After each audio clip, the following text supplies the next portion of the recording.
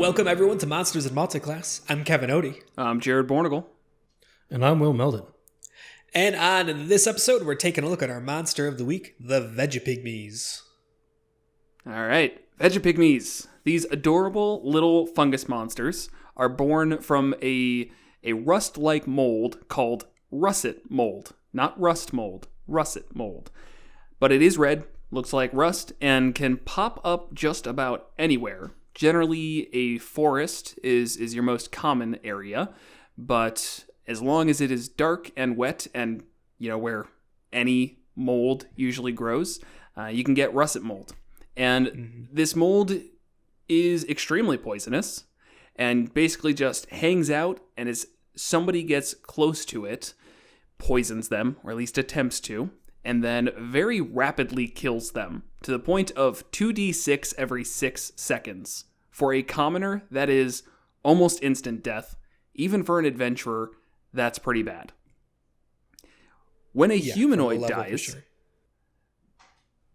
these little Vegepygmies pop out from, or spawned from their corpse, 2 if it's a medium humanoid, and they then have the only goal of going out and feeding, and eventually, if these spores continue, also spreading out and continuing to get more of these hosts. So, Vegepygmies, pretty low challenge rating, but flavor-wise, thoughts? They're cool. A+ horror movie. Yeah, which is interesting though, because they're not like their art and everything else about them is not creepy. No, but what's actually happening is terrifying. Yeah. If you actually really stop to think about it, it is really, really horrible. It's kind of like a take on zombies in a way. Yeah. So there are. Go ahead. This is a weird one that I missed. So you used the somewhat recently modified version. Then when we were doing it for this, I looked them up, assuming this was going to be in a new book, and it's in Volos. Yeah. And I've probably flipped through Volos 100 times at this point, looking for monsters for the show or inspiration or whatever. And somehow never seen these ones. They have art, full art and everything, and I've somehow just never seen the Vegepygmies in their section. I don't know how that happened, so these seem very new and novel to me, even though they've been around for years at this point. I am right with you. The only reason that I did find them is I was looking for plant monsters specifically, which there's a very limited amount of plant monsters across all of the books, which is a tragedy. Right. Especially for someone who gets blight automatically.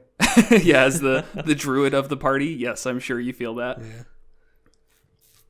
And I love blight. Even as a DM, when blight just destroys whatever I have set up, it's just so cool. It's so darn cool. Yeah, blight being the spell, it forces a con save. It's decent high damage, but then if the thing's a plant, it just maximizes damage and has disadvantage on save. So it's 64 you don't damage. roll, it's just, yeah. Boom, it's dead. Boom.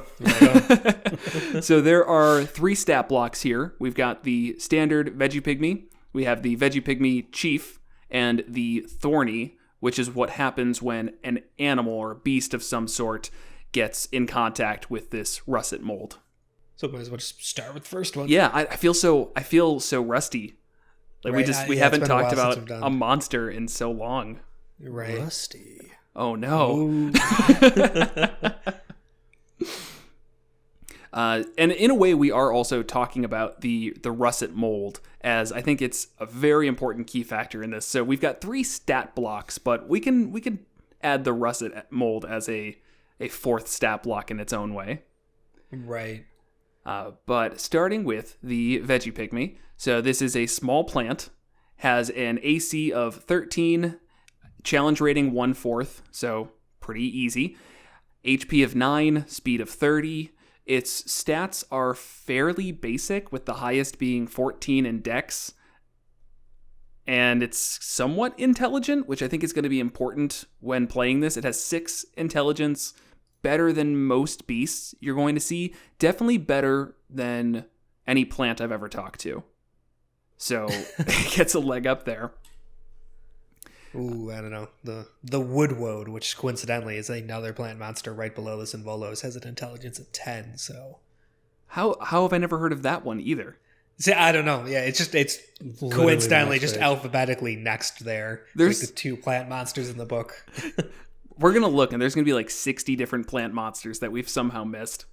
Right. Skills, it gets +2 to perception, +4 to stealth, has some resistances, which at this low of a challenge rating is pretty unique, and it's lightning and piercing. So very good chance of at least piercing damage coming up. Right. Has dark vision, and it speaks a language, but it is a language specific to the Vegepygmy, where they can really only communicate with each other in very basic terms. It's described as hissing sounds from Yeah. their throat and guttural noises. And Yeah, and like rhythmic beatings. yeah. I do like the image, though. Like, technically, it's a named language that are in source books. So, in a sense, you could, if you could justify it, have a PC learn it. Or a monk or any of the... There's a couple of ways that you can learn all Oh, languages. yeah, they just This would fall under that category. right. But at the same time, if you were to have a conversation with these creatures, what would it be? They don't have goals. They're not trying to improve as a society. They just want to eat. So, yeah, That's most people. bro. I know. Yeah. I know. Wait. I mean, that's wait. Yeah. Stop looking down on the Vegepygmies. They're noble boys. It's more of that you're not going to convince them to leave. I don't think you're going to have these like intelligent Probably conversations bribe with them. them. Yeah, you could probably bribe them. Or they, more food over that way if you leave this place alone, or we'll hook you up with a regular supply. They're intelligent enough to get those concepts. Yeah, that's fair. So then they have plant camouflage. So they have advantage on dexterity, stealth checks in any terrain with ample plant life. It says obscuring plant life, but feels a little bit redundant. So, of course, they're really good at hiding in forests, as you'd hope. Right. Jungles, yeah. Right. Regeneration is next, which is also kind of odd for such a low challenge rating. So it regains 3 HP at the start of its turn. If it takes cold, fire, or necrotic damage, this trait doesn't function at the start of their turn. And they only die if they start their turn with 0 HP and don't regenerate. Which is where that comes in. Because if you have 9 hit points and you do 100 damage to him, he's getting up in the next turn unless it was necrotic, cold, or fire. Right. Right. Yeah. Which I think is really interesting for a lower level party, especially who might Right. not have access to those damage types readily. Everyone kind of does. Yeah, I mean, fire is really, really common. Yeah, and that's to some extent where I think things fall apart for me, is every player I have ever played with sees a plant and thinks, let's burn it. Right. So I almost wonder how often will this even come up, because somebody's going to immediately see, hey, it's a plant. Well, let's use fire. So you might get like 1 or 2 chances at this, but it is such a good regeneration ability compared to how a zombie stays up. And they have like a con save, and if it crits, they die anyways. Like, this thing just gets back up unless you do this damage type. Right. I mean, it's basically the trolls regeneration, just with an additional damage type. I think trolls are like fire and acid, Yes. and it won't come back. This one has fire, cold, and necrotic. So even if you know about it, for instance, like trolls, most people understand, yeah, hit a troll, fire doesn't regenerate. You may only have one party member who could reliably do that. Yeah. And so you're kind of hoping on them to do it, which then means you have to really focus fire, especially at these lower levels where you probably wouldn't have like fireball or something, and then they might just miss. So Yeah. I think it would still presents a challenge. No, If that's not a fair point. Maybe not a surprise and a trick, but still a challenge. If and when they figure it out, though, somebody almost always has access to a torch. So just burning them when they're on the ground becomes an option. But that's good. I mean, that's like, now players Yeah. are getting creative, and I don't have an issue with that at all. Right. Attack-wise, it's nothing too special. Again, challenge rating 1/4. It shouldn't be. They have a single attack, either claws or a sling, +4 to hit on both. The claws have a reach of 5 feet. They do 1d6 plus 2 slashing damage, and the sling is range of 30 or 120, does 1d4 plus 2 bludgeoning damage. Yeah, not a lot of these, like a small cluster of like 6 to 10, would probably be a problem for a low-level adventuring party. Oh, for sure. Or, yeah. I'll say low level. When I say that, it's like I don't even consider 1 and 2. Anything is a challenge for a level 1 or 2 party. Right. So one of these would be a challenge for a level 1 party. I mean, yeah. As it just level 1 party stays, it would just stay in the forest and just shoot with their sling and probably kill the entire party before they found it. Yeah. Overall, I do like all the stuff that's added for such low challenge rating. It's a really common design thing you'll see where you have these like low challenge rating, 1/4, 1/2 monsters where they're just like a really basic stat block and they have like one little gotcha, like the pack tactics or something. That's the only thing that's coming to my head. But the goblins can like do a nimble disengage or something like that. I forget. Right, they each have like one little interesting thing. This one has a bunch: the damage resistances, the regeneration, the camouflage. So, do you have more to say on the Vegepygmy? Interesting. It's no damage vulnerability to fire. Like I understand that's kind of accounted for with the regeneration, but so's cold and necrotic in that. Most plants you see in this have that vulnerability. Yeah. And I think the reasoning why it's not is because the HP is so low that it almost... I think the reasoning is because it's a mushroom. Oh, and because it's a fungus. You're right. That's a better point. I was going to say, from a just kind of world-building RP perspective, it makes sense where it's this very green, moldy plant. Yeah. Yeah. And as we look at the Russet mold, it will actually talk about fire specifically. It doesn't do anything, at least not permanently. Yeah. So next, let's do the Vegepygmy Chief before the Thorny, because I feel like that just makes more sense. As the Vegepygmy Chief is what happens when the Vegepygmies have been around for a long time, an older one. The spores start to become one with the VP. Vegepygmy is a mouthful to say multiple times. So we get the Chief, which is now a challenge rating 2. Has an AC of 14, HP of 33. Stats across the board just go up with 14 strength, 14 dex, 14 con, 7 intelligence, 12 wisdom, 9 charisma. +3 to perception, +4 to strength. Has the same resistances and senses. And the only thing that's different with its regeneration is that it has 5 instead of 3. So it gets a little bit more HP back. And then, of course, it has multi-attack. So it can make 2 attacks with its claws or 2 melee attacks with its spear. The claws do +4 to hit, and then 1d6 plus 2 slashing. The spear does +4 to hit, and has a range of 20 or 60 if you want to throw it. And does 1d6 plus 2 or 1d8 plus 2 if held with 2 hands. So I guess exactly what you'd expect from a spear. Nothing has changed. But then it does have a action that is spores. So once per day, a 15-foot radius cloud of toxic spores extends out from the Vegepygmy. The spores spread around corners. Each creature in that area that isn't a plant must succeed on a DC 12 con saving throw or be poisoned. While poisoned in this way, the target takes 2d8 poison damage at the start of each of its turns, and the target can repeat the saving throw at the end of each of their turns, ending it on a success.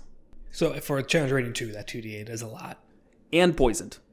Yeah. Because the poison condition is nothing to scoff at. You have a disadvantage on attack rolls and ability checks. Yeah, no, it's definitely deadly little challenge rating 2.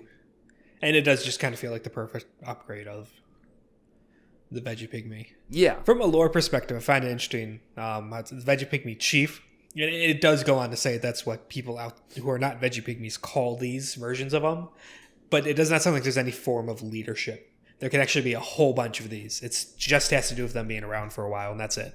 Yeah, I think that goes more into telling about just their society in general, where it really does not, again, seem very structured. It doesn't seem like there's specific goals. They just kind of are existing and consuming. Right, yeah, you're not going to find like a village where they built huts or houses or anything for them to stay in. And right. They do like repurpose technology. They said if they, take weapons off of travelers or anything like that.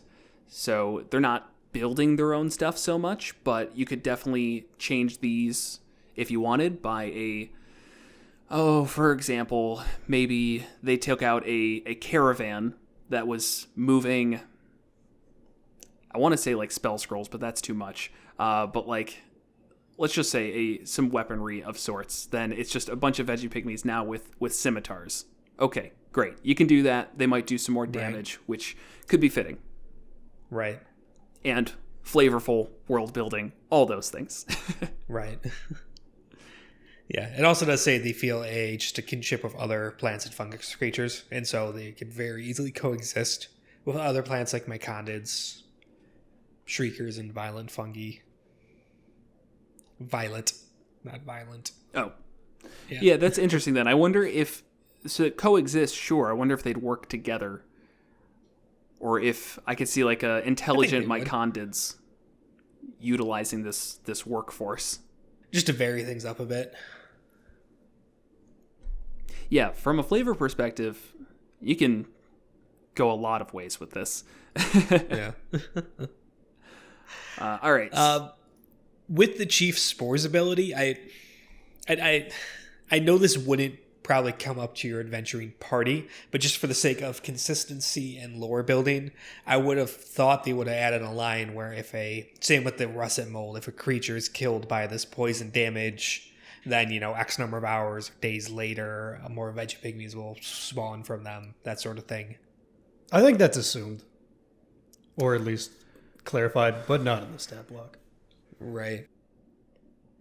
Yeah, I guess I like that they didn't put it in the stat block only because that would make these feel almost overly dependent on the Russet mold. I don't know if that's a good way of putting it. I mean, it does clarify it in the flavor text. They are admitting Russet mold. Oh, okay, you're right. Yeah, so you could just assume it does, but then it should say that in the stat block. There shouldn't be assumptions you have to make from the lore. It also shouldn't come up. It is a day later. That's a good point. This is mostly for turning NPCs into these creatures.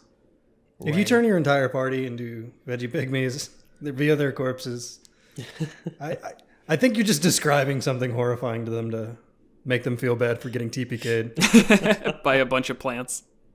Yeah. Total plant kill. All right, so then there is the Thorny. So this is a challenge rating 1 creature. Very, very basic stat block. Basically copying a lot of the Vegepygmy stuff. The main difference is that it has a Thorny body passive ability, which is at the start of its turn, the Thorny deals 1d4 piercing damage to any creature grappling it. Something that probably doesn't come up too often, to be completely honest. Which is why when I used these, as I said, changed it drastically. And had them instead grapple you. Right. But then it also has a bite ability, +3 to hit, and it does 2d6 +1 piercing damage. So just nice additions to have on the side with these creatures. Yeah, but as you said, as written, that Thorny body, I don't see that coming up much. It's like specifically grappling a creature is already a little rare. And like if this is described as this plant beast covered in thorns and vines, people aren't going to go, oh, let me grapple that. Yeah. And it's not like such a big threat where it feels like it needs to be shut down. Right. Like if you do have a grapple character in the party, they could probably feel like they could safely target something else. It's not like this thing is doing like absurd damage. It does the damage of a greatsword, basically. Yeah. Yeah, which is a lot at its its challenge rating. And again, if you're a level 5 party, yes, it's going to do a lot of damage, but At level 5? Yeah, 2d6. 8 damage with the amount of creatures, I guess, because I do expect there to be... You're not going to fight just one of these at a time. Right. That can add up pretty quickly. But as you said, I don't see a reason why you'd grapple it, ever. Right. Which is exactly why I gave them vines to grab onto you guys and pull them towards you, and they did an area of effect instead, which I thought was a lot more interesting, of course, or else I wouldn't have done it. Right. That was definitely a good change to it, yeah. Anything within 5 feet takes the damage as it kind of rides around and vines lash out and pull you to them, and So that's more fitting. One easy way just to throw something in there. If you want the thorny body to be something, make it more of a 5-foot radius around them. But I am always a fan of monsters that are ripe for scaling, and these very much so fit that category. Not just the Thorny, but the Vegepygmies in general. I feel like they are very easy to see where they'd be at challenge rating 5, challenge rating 10. I mean, you could have a Vegepygmy monster that's like just 20 of them stacked up together, and they're like their vines intertwine and stuff, like some sort of shambling mound. Yeah, some sort of shambling mound. Oh my god, yeah. No, it's already there. Yeah. But that's that's perfect. That's a plant, but yeah. Is it not a plant? I'm not sure. Well, you could shambling mound? Yeah. Yeah, it's a plant. Okay. Yeah, so you just take a shambling mound and basically reflavor it as a Vegepygmy shambling mound. And boom.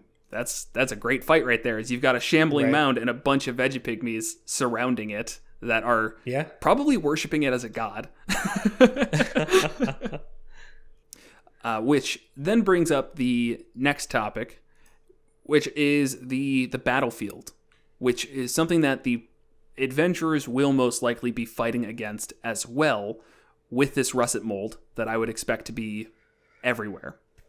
Right. And this is where I think you can take the encounter from to like actively killing everyone in like 3 rounds. If they fail. So the russet mold states that any creature that comes within 5 feet of it has to make a DC 13 Constitution saving throw as the mold emits a puff of spores. On a failed save, the creature becomes poisoned. And while poisoned in this way, the creature takes 2d6 poison damage at the start of each of its turns, and it can repeat this saving throw at the end of each of its turns, ending the effect. But it's not one of those things that they're then resistant to for the next 24 hours. Right. So you are basically going to be making this save every turn for the length of the fight. I did not do this in the fight that we had. I kind of did. I put the russet mold around, but I don't think I even cared too much if you guys went near it. It was like if you stepped on it, I tried doing something. Right. But I definitely did not focus on it as much as I could have or might in the future. Who knows? Can always pull these back out. The low DC save of 13 is easy to get around, but if you're making it every turn, someone's going to fail. Right. Or just boost that, but yeah. Or boost it. Depending on the level of the party. I feel like every time I mess with that, I screw things up. Because I'll look at that and I see it like, oh, well, it's a DC 13 con save. Obviously, that's way too low. Everyone's going to succeed on that. But then everybody rolls like a 13 or a 14, and I set the DC to 16, and it's like, ooh, the whole party wasn't supposed to fail that. Con saving throws especially. We always pretend like these DCs are like, oh, no one could roll under a 13. Right. Like, that's not even remotely true. Especially when it's happening every round. A third of the die will get you poisoned for even high-level characters. Yeah, that's true. Yeah, so I would honestly think less about messing with the saving throw, and if you were trying to really heavily challenge a higher level party, I would change the damage more than I would change the save. Yeah, that's fair. Because they're going to be taking this from everywhere. Now, here's a question. Can the russet mold poison stack with the Vegepygmy Chiefs? Can you be poisoned in 2 ways? I assume no. No, because I would say A, it's the same friggin' It's the same thing. So you're, But- you're just trying to be mean to your players. And B, you can't be like multi-poisoned, really. Right. But then the Vegepygmies poison damage is higher than the Russet mold. It's 2d8. Yes. Right. So, What I would say though is like what we should talk about is why are your players getting Russet molded? because they're dumb. You should know where it is, but they are dumb. No, So that's not fair. They're not always going to know. I mean, I had you guys wander into it, and I gave you a chance to identify the mold, which you failed on those checks. yes. And that is going to happen. It's a DC 15 nature check or survival check to accurately identify this mold. So if your party doesn't know what it is... Kind of. If it's as a natural rust. So if you see like all this mold everywhere after you've already gotten just a base full of spores, your party should be able to kind of navigate around where it is. Sure. Unless you've created a room where there's rust everywhere, for instance. And then they have to make the save on everything or just avoid it entirely. But you would want to paint like a battlefield with like, here's areas of obvious russet mold. You could even make like, sun shining through this cavern. You can walk in the sunlight, but as soon as you get in the dark... Right. Yeah, what's interesting, the Russet mold specifically talks about how it will grow on metal, which generally you wouldn't think about with mold. So, yeah, that's what you could definitely have it all. Oh, that would be good flavor then, at least for how it starts. If somebody just dies in the forest from whatever thousands of ways you can die in a forest, they have probably tons of metal on them. And then their body becomes the epicenter of this mold. Or somebody hauls metallic valuables they found in the forest back into town, and some have russet mold on them. Ooh, and now the town's infected? Right. Because this would wipe out a town very quickly. As I mentioned, like, a commoner is screwed. You think about the 4 health?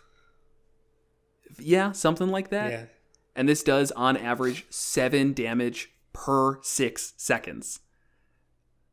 Like, we're talking about in the matter of 2 hours, a outbreak of russet mold could wipe out an entire village.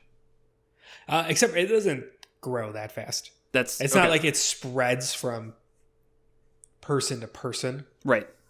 In that way. And I think when they die from it, it like takes a day. But so now I'm just imagining like a scenario where it's like the back room of a warehouse and they like unload their goods. It infects like 3 or 4 people. And then 10 minutes later, somebody's like, hey, haven't heard from those guys in a while. And they walk in and they get spored. And then it just keeps going to the rest of the town as they're checking on each other. Right. Less and less related to the warehouse. Right. The butcher, I haven't heard any activity from the warehouse. But realistically, it would get a place shut down quite quickly. And then adventuring party comes in and they're told, hey, there's something in the warehouse. And it started off, we noticed it was killing people. Very bad. But now there's little creatures in there. So it's gotten a lot worse. Can you help? Yeah. Yeah, that's like a creepy, kind of put you on edge premise, that's for sure. Dwarven society, I think, would be another place where this would be really horrible. Because it's the dark caves, so there's nothing in the world that's just going to destroy the russet mold. Right. Out on the surface, it can only live in dark places, so most of the village will be fine. But, I don't know. Except for dwarves do have the resistance to poison and advantage on poison saving throws. So their commoners would be twice as likely to survive for a couple more rounds. A couple. Just so they'd be able to see it and go, oh shit, and then die. Depending on how crafty you want to play the Vegepygmies, you could have, like in the back of the warehouse, one person dies and nobody finds them. The Vegepygmies spawn and they wait for it to get dark. Then they take this object with the russet mold and they go around town and leave it under everyone's pillows. Just start slowly infecting things. Yeah. Yeah, and then killing the mold isn't very easy. Fire does not work, as I mentioned earlier. You need to do acid, necrotic, or radiant damage. And from there, it kills 1 square foot of russet mold per 1 damage dealt. Or you can use a pound of salt, a gallon of alcohol, or magical effect that cures disease kills russet mold in a square area that is 10 feet on a side, as well as sunlight. So I won't say it's impossible. There's actually a lot of ways that you can do this. But figuring out those ways would be a little tough. And one thing that I noticed, or I guess looked up for this specifically, is a lot of spells target creatures. And that is where I'd go first is, what spells do I have that deal acid damage? Well, you need to find one that doesn't target any creatures. It just does acid damage, or else you officially can't target that. Right, Rules is written. Creature. It's one of my least favorite rules. That's fair. Personally, I think there's like acid splashes. Acid splash targets creatures. Really? Yeah, I think I'll double check that, but I think I looked that one up for this reason. Yeah, choose 1 or 2 creatures you can see within range. Yep. Okay. But you're literally splashing an area with acid. So it doesn't make any sense. Yeah. But it's magic. So rules is written, it doesn't work. I would probably say that if the party is expending a spell slot, I don't care if it says it targets a creature. No, yeah, not a whole lot of acid spells. So Firebolt has the perfect outlet for this because it's creature or object. Fire does not kill russet mold. I know. Okay. But for spells, they call out objects. Yes. Which I don't get why other spells can't. You can only splash creatures with acid? Yep. Whatever. Oh, sorry. You needed just a different spell. Acid splash is for splashing creatures with acid. You needed acid object. Acid objects.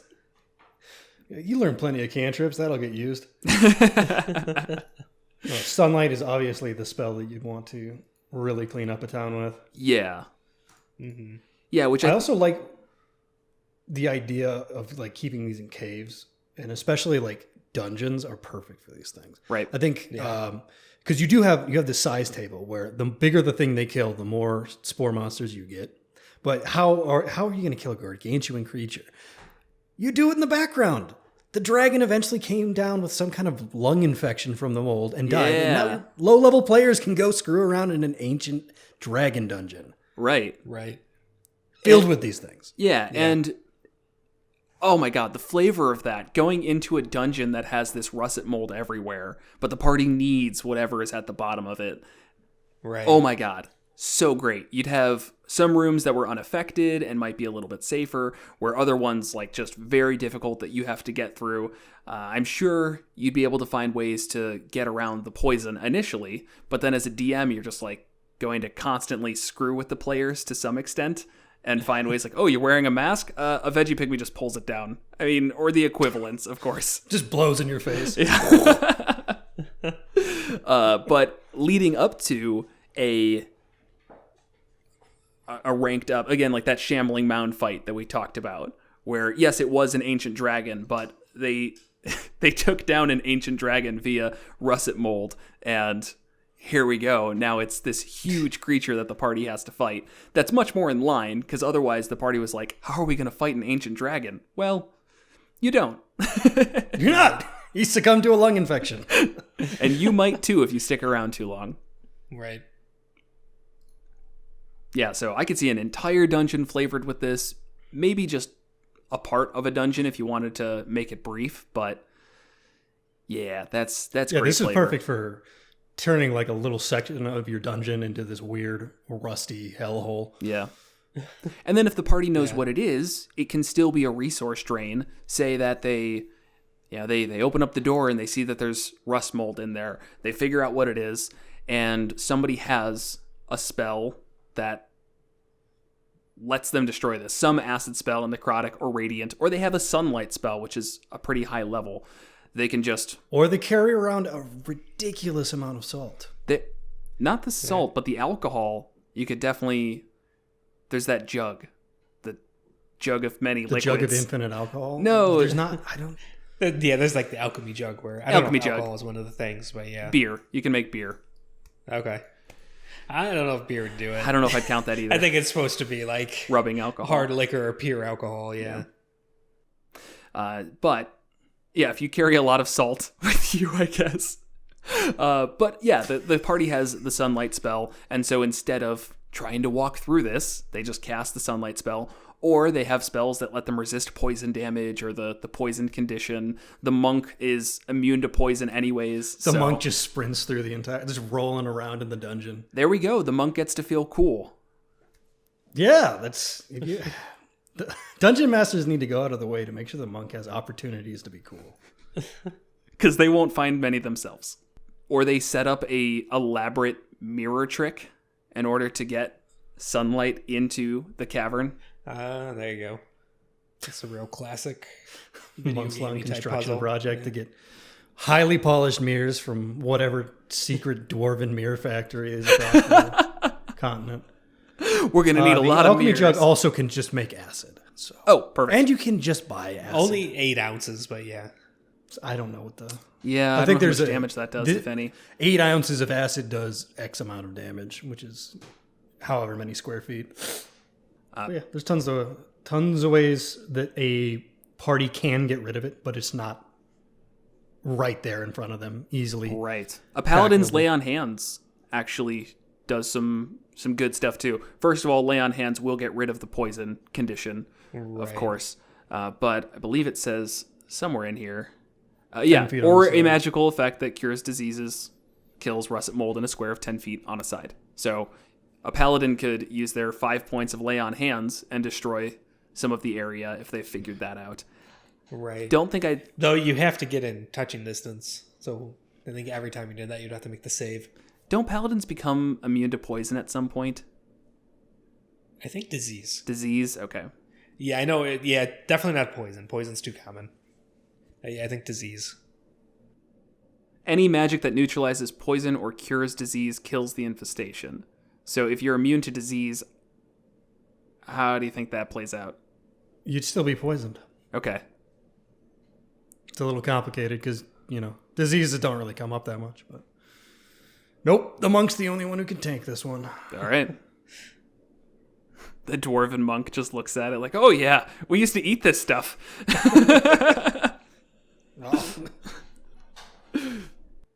Yeah, anything else on the Vegepygmies? No, they're pretty cool. I like the art. I like the idea. I like the mystery behind it. Yeah, they don't really explain where the russet mold comes from. Nobody knows. Whereas I don't know. I might expand on this because I again threw some thorny monsters at you guys because I thought the thornies were cool, but obviously would not challenge a level 10 party. Right. But they might be coming back. We had some pretty good ideas here, so it has to be long enough away though that you all forget about all of it.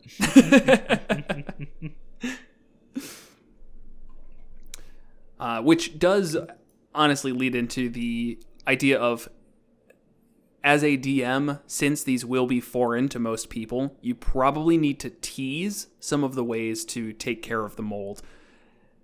They might gather it just from the regeneration ability doesn't happen when we pour acid on these creatures. Maybe the mold that they come from, we pour acid on. But if I know players... That's not actually true, though. Oh, the acid doesn't work on it? Cold fire necrotic for ending the regeneration. Oh, that's really not intuitive. Yeah, it doesn't really line up.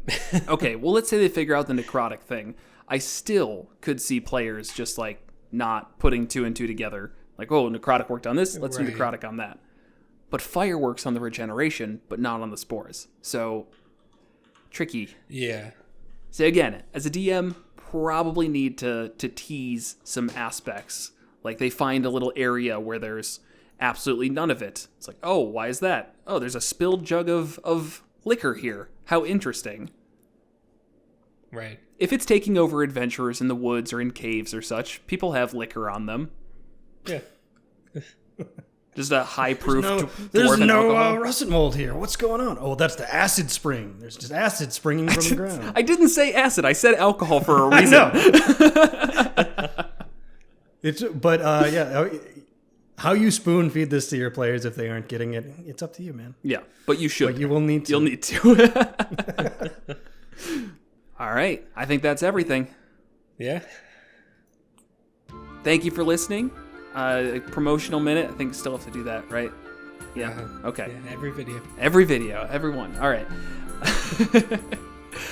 If you have any thoughts on the Vegepygmy, let us know in the comments on either YouTube or Reddit, or tweet at us. You can find us on Reddit, Monsters Multiclass. You can find us on Twitter @Monsters_Multi. And what else? Yeah. Like and subscribe. Like and subscribe. Yes. And the stupid bell. You always forget the bell. Yeah, I don't use the bell in my life, so it's hard to remember the bell. Thank you so much, as usual, to our Patreon subscribers. Have Isaac M, Wall 2200, Star Shinobi, Sentinel D20, Adam A, and Joe Perry. You are all very awesome. And if you want to support the show, go to monstersmulticlass.com/support, where you can find a link to purchase dice with our dice affiliate, Metallic Dice Games. And you can get some Monsters of Multiclass merch, and also find our Patreon. And that's it. That's the episode. Go home. Yeah. I got it. Oh, yeah. Thanks for watching. The most timid. Thank you, Kevin. Send them off with a smile.